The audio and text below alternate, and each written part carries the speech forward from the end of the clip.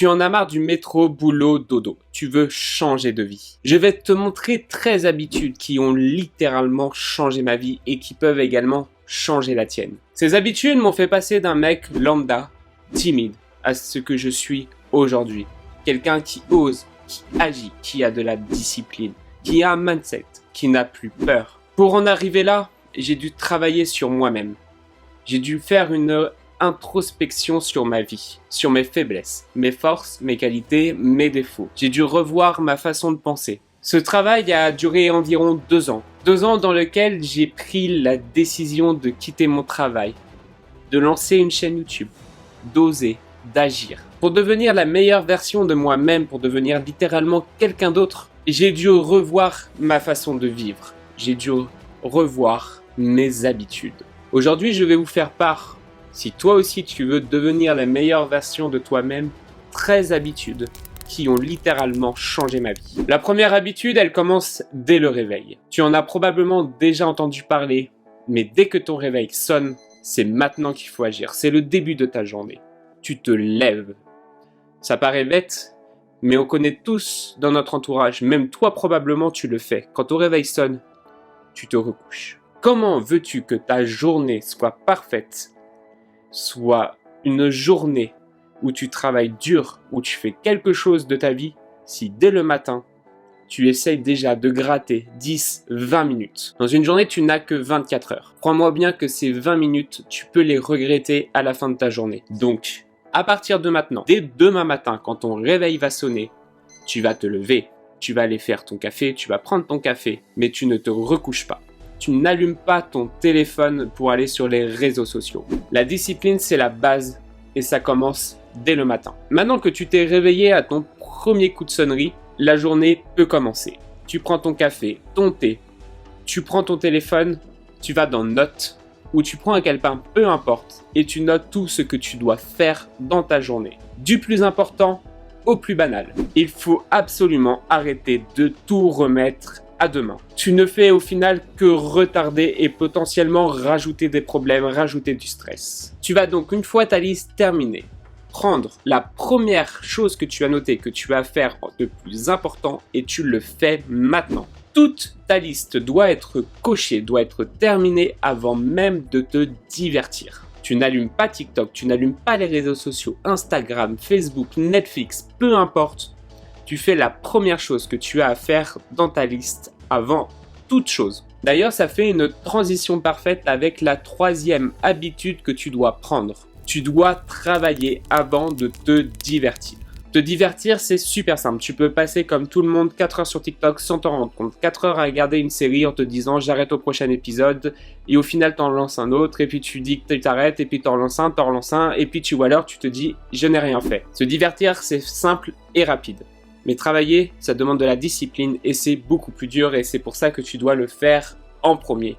Car ensuite, tu auras toute ta journée si tu veux te divertir, aller sur TikTok, sur Netflix. C'est clairement pas en te divertissant avant que tu vas avancer dans ta vie. Ton cerveau sera beaucoup plus capable de se concentrer s'il n'est pas diverti sans cesse ou s'il n'y a pas un divertissement dans sa tête. Si tu as une idée de business ou de choses à faire, fais-le dès le matin, fais-le après que tu aies fait la chose la plus importante que tu avais à faire. Si tu veux écrire un bouquin ou apprendre une nouvelle langue, c'est exactement pareil. Si tu veux changer ta vie, une des choses à comprendre, c'est que il faudra travailler. Ce n'est pas pour rien que les plus grands entrepreneurs se lèvent tôt le matin et travaillent dès le réveil. Tu ne verras jamais un entrepreneur, quelqu'un qui a réussi sa vie, dire « Oh, moi, dès le matin, je me réveille à 10h parce que j'aime bien faire la grasse matinée, je prends les réseaux sociaux, je vais sur Netflix et je commence à travailler à 16h. » Tu ne le verras jamais. Ça n'existe pas. Par contre, tu verras très souvent un entrepreneur, quelqu'un qui a réussi sa vie, dire « Je me lève entre 7 et 8h. Je prends mon café. Je fais quelques exercices, je bois de l'eau, ensuite je pars travailler, je prends mon déjeuner vers midi 13h, puis je retourne travailler, puis à 18h je rentre chez moi, je m'occupe de mes enfants, de ma femme, je me divertis. Ça, dans ce sens-là, ça fonctionne super bien. La 4e habitude à prendre, c'est également de poser son téléphone loin de son lieu de travail. Si tu as l'intention de créer ton propre business, pour un bouquin, de créer ton bouquin ou une nouvelle langue, éloigne ton téléphone. Parce qu'à la première Notification, tu vas faire comme tout le monde, tu vas regarder ton téléphone, tu vas regarder ta notification, tu vas répondre aux messages, puis tu vas te dire tiens je vais faire un petit tour sur Facebook, sur TikTok. Tu n'arriveras pas à te concentrer. Il faut savoir que le cerveau humain se concentre qu'à partir de 15 minutes. Tu as dû le remarquer par toi-même dans ton expérience. Les 15 premières minutes sont toujours difficiles à être concentré. Mais une fois lancé, on peut travailler 1 heure, 2 heures, 3 heures avec l'habitude sans jamais être déconcentré par quoi que ce soit. Donc, prends ton téléphone, mets-le en mode silencieux et pose-le loin. Si tu as peur pour tes proches, tu peux rajouter sur ton téléphone des appels importants. C'est dans les options. En tout cas, il y a ça sur l'iPhone. Tu peux programmer des numéros de téléphone qui, si les personnes t'appellent plus de 3 fois dans la première minute, en 1 minute, ton téléphone se met à sonner malgré qu'il soit en silencieux. Ça permet d'être présent pour les urgences. Mais en attendant, si ce n'est pas urgent, tu n'as pas besoin de l'utiliser, alors tu l'éloignes. On est tous accros à notre téléphone, on va pas se le mentir, alors crois-moi bien que 3 heures sans ton téléphone, ça ne peut que te faire du bien. On a beaucoup parlé pour ces 4 premières habitudes sur comment travailler dans de bonnes conditions. Mais le travail, ce n'est pas tout. Il existe un aspect qui est souvent ignoré, la discipline. La discipline, c'est la base de toute chose. Et tu dois commencer le matin et terminer le soir avec. Ça doit en être une habitude. Donc, pour la 5e habitude, c'est quelque chose qui risque d'être difficile pour la plupart des gens. Arrête de boire. Arrête de fumer. Discipline-toi. Tu n'arriveras jamais à avancer dans ta vie si toutes les 30 minutes, toutes les heures, tu as besoin d'aller fumer. Tu as besoin d'aller prendre une bière. Non, tu n'y arriveras pas. Alors ça va être difficile au début, c'est sûr. Mais c'est ça la discipline. La discipline, c'est pas la motivation. C'est la force de caractère, être capable de faire quelque chose que l'on n'a pas envie parce qu'on sait que c'est ce que l'on doit faire. Si tu as besoin d'aide pour arrêter de boire ou arrêter de fumer, tu as des solutions. Tu as un numéro anti-tabac et anti-alcool. Tu as également l'hypnothérapie. C'est bête, mais ça fonctionne. Mais il faut en avoir envie. On connaît tous quelqu'un dans notre entourage qui du jour au lendemain a dit « la cigarette, c'est terminé » et aujourd'hui, malgré qu'elle en a encore envie, la personne ne fume plus du tout. Il faut agir maintenant. Pas demain, pas l'année prochaine, pas au nouvel an, pas à ton anniversaire. Maintenant, ça commence maintenant la discipline. On en parlait dans une des habitudes précédemment. Ne pas remettre tout à demain. On connaît tous du monde qui a dit « moi je commencerai le mois prochain, l'année prochaine ». Mais ces gens-là, la plupart du temps, arrivés à ces dates-là, ils n'ont plus le projet d'arrêter. Ils n'ont plus envie. Alors que s'ils avaient commencé au moment même où ils y émis l'hypothèse qu'ils allaient arrêter, je suis sûr et certain que ces personnes-là, en tout cas pour une majorité, auraient arrêté de fumer s'ils avaient dit c'est maintenant. N'oublie pas, tu peux te faire aider. D'ailleurs, tu peux t'aider grâce à cette 6e habitude. Faire du sport. En effet, le sport a plusieurs effets sur la santé. Déjà, elle te permet d'être mieux dans ta peau. Si tu as le corps dont tu as envie, tu seras forcément plus en confiance. Tu auras plus confiance en toi. Tu vas également être plus en forme. Donc, moins fatigué, plus motivé. Tu oseras et tu agiras. Au début, c'est sûr, ça ne sera pas facile pour ceux qui ne font pas du tout de sport. Il faudra commencer doucement, petit à petit. Aller marcher 15 minutes, aller marcher une demi-heure, 1 heure, aller courir petit à petit. Aller à la salle de sport un petit peu, voire prendre un coach au départ si c'est difficile de se motiver tout seul. Mais il faut se lancer. Alors à la fin de cette vidéo, même maintenant, tu prends tes jambes. Si tu n'as pas l'habitude de faire du sport, si tu n'as rien fait aujourd'hui, tu prends tes jambes, tu mets pause et tu vas aller marcher déjà 15 minutes dehors. Rien que ça, c'est déjà ça de prix. C'est déjà un effort pour toi qui n'as pas l'habitude d'aller marcher. Si tu as l'habitude par contre de faire du sport, tu vas prendre tes jambes et tu vas aller courir 45 minutes. Fais-le maintenant, je rigole pas hein. C'est très très important le sport dans la vie de tous les jours. Ça te motivera, ça te donnera confiance et tu seras en meilleure forme pour faire ce que tu as à faire. Allez, mets pause. On se retrouve dans 45 minutes. Bon, j'imagine que tu as fait ton sport, on va donc pouvoir passer à la prochaine habitude. Dans la lancée de l'arrêt de cigarettes et de l'alcool, nous allons continuer comme ça avec une assiette saine et boire de l'eau. Ça paraît bête, mais c'est super important. C'est donc la 7e habitude à avoir, boire de l'eau et manger sainement. crois-moi bien que ça va te rebooster. Ça va même t'aider à perdre du poids si tu cherches à perdre du poids, à te muscler, si tu cherches à te muscler et à te remettre en forme. Pour te donner une ordre d'idée, une assiette équilibrée, c'est à peu près un quart de viande, un quart de féculents et la moitié de légumes. Après, c'est adapté selon ton profil. Évidemment, si tu fais du sport, tu vas manger un peu plus de viande, un peu plus de féculents. Alors que si tu es sédentaire, il faut que tu aies une assiette à peu près équilibrée comme celle que je t'ai expliquée. Mais prends sérieusement cette habitude en main. Au début, c'est sûr que ça va pas être facile, il va falloir imaginer des recettes. Mais crois-moi bien que tu vas finir par t'habituer et même aimer manger des haricots verts et des courgettes. Passons à la 8e habitude à avoir. Apprendre tous les jours. En effet, pour réussir, il faut un maximum de connaissances. Alors, je te parle pas de faire les meilleures écoles, d'aller à Harvard ou faire un HEC. Évidemment, non. Des connaissances, tu peux en avoir partout. Dans des bouquins, sur YouTube, dans des émissions, tu peux en obtenir partout. Même en écoutant ton voisin qui possède probablement des connaissances que tu n'as pas. Mais pourquoi est-ce si important d'obtenir des connaissances, d'apprendre des nouvelles choses, des nouvelles compétences ? En fait, c'est comme à l'école, on n'apprend pas parce que ça va nous servir, on apprend pour obtenir des connaissances, avoir de la discussion et devenir intéressant. Si tu es bête comme tes pieds, jamais de la vie des entrepreneurs s'intéresseront à toi. Jamais. Par contre, si tu as des connaissances, que tu connais des choses, que tu leur apprends peut-être même des choses qui s'intéressent à toi, qui s'intéressent à des sujets de conversation avec toi, ils pourront te donner des conseils, ils pourront t'aider à avancer. On le voit dans la vie de tous les jours, c'est très très ennuyant de parler avec des gens qui n'ont aucune connaissance, qui ne s'intéressent à rien du tout. Alors instruis-toi. Et peut-être un jour, tu auras l'occasion de parler avec un entrepreneur, de parler avec quelqu'un qui pourra t'aider à avancer dans la vie. Mais si tu n'as pas ces connaissances, si tu n'es pas instruit, il ne s'intéressera pas à toi. Comme on dit, la chance, ça se provoque. Et chaque petit détail compte pour provoquer sa chance. Si Warren Mentor a eu Benjamin Graham comme mentor, c'est pas seulement parce que Warren Buffett était intelligent et Benjamin Graham l'a vu qu'il allait devenir milliardaire. Non. C'est parce que Benjamin Graham s'est intéressé à Warren Buffett et il a vu quelqu'un de cultivé, quelqu'un qui avait des connaissances.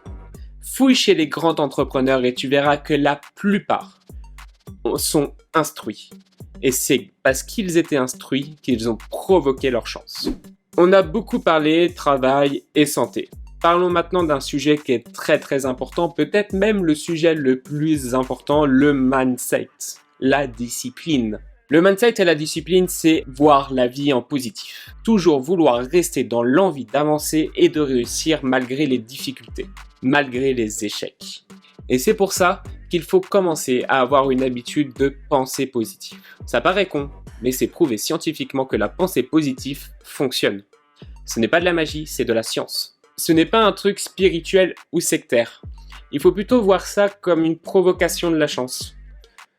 Plus tu penses à quelque chose, plus ta vie va se diriger vers cette chose. Imaginons, prenons un exemple, tu souhaites être écrivain. Voilà, tu penses tous les jours, je suis écrivain, je suis écrivain, je suis écrivain. Qu'est-ce que tu vas faire ? Tous les jours, tu vas penser à ton bouquin. Tous les jours, tu vas penser à écrire. Donc, tu vas écrire. Donc, tu vas t'améliorer. Et petit à petit, tu vas améliorer encore ton texte, écrire encore plus. Alors que si tu n'avais pas cette pensée positive, si tu te disais rien du tout, que tu étais quelqu'un de lambda, normal, t'aurais pas cette motivation, t'aurais pas cette envie d'écrire tous les jours. Ces pensées qui vont t'obséder. En fait, plus tu vas penser à quelque chose longtemps, tout le temps, quelque chose de positif, plus ton cerveau va s'ancrer dans l'idée que c'est possible, que c'est même peut-être déjà le cas. Faut le savoir que la grande majorité des entrepreneurs, des gens qui sont millionnaires ou milliardaires, le pratiquent. Mais attention, c'est pas une solution miracle, c'est pas de la magie. Il faut donc que tous les jours, avec cette pensée positive, pour cette 9e habitude à prendre, c'est faire les choses bien, correctement et à fond.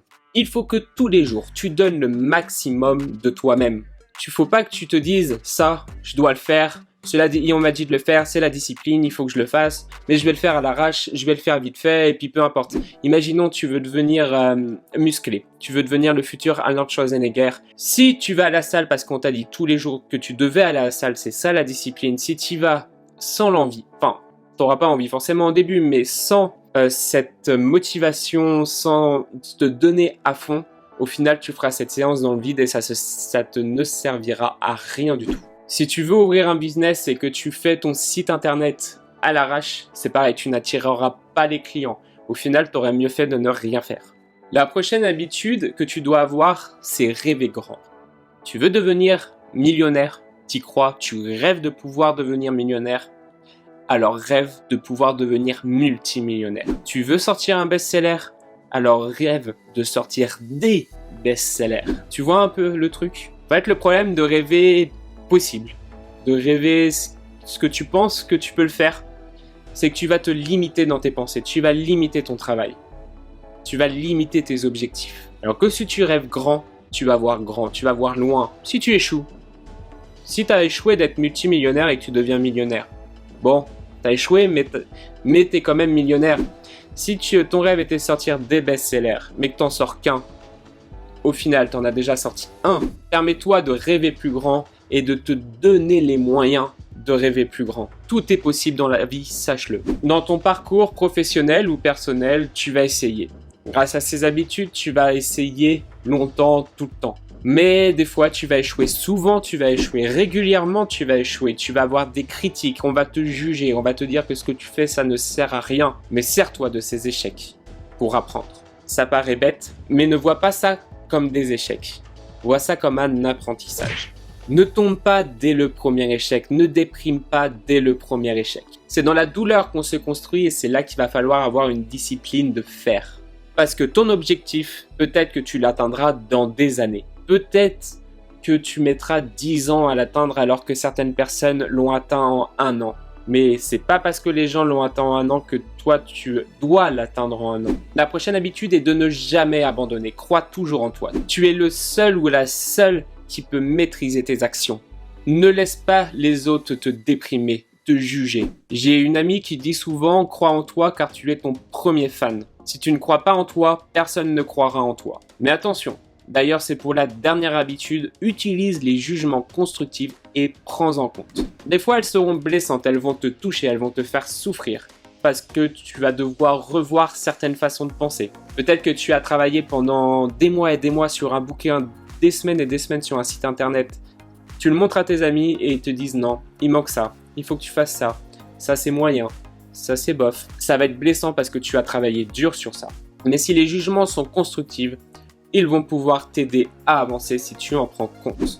Il va falloir mettre ton ego de côté et te remettre à bosser encore et encore jusqu'à ce que ce soit pas parfait, mais presque. Alors c'était mes 13 habitudes qui ont littéralement changé ma vie.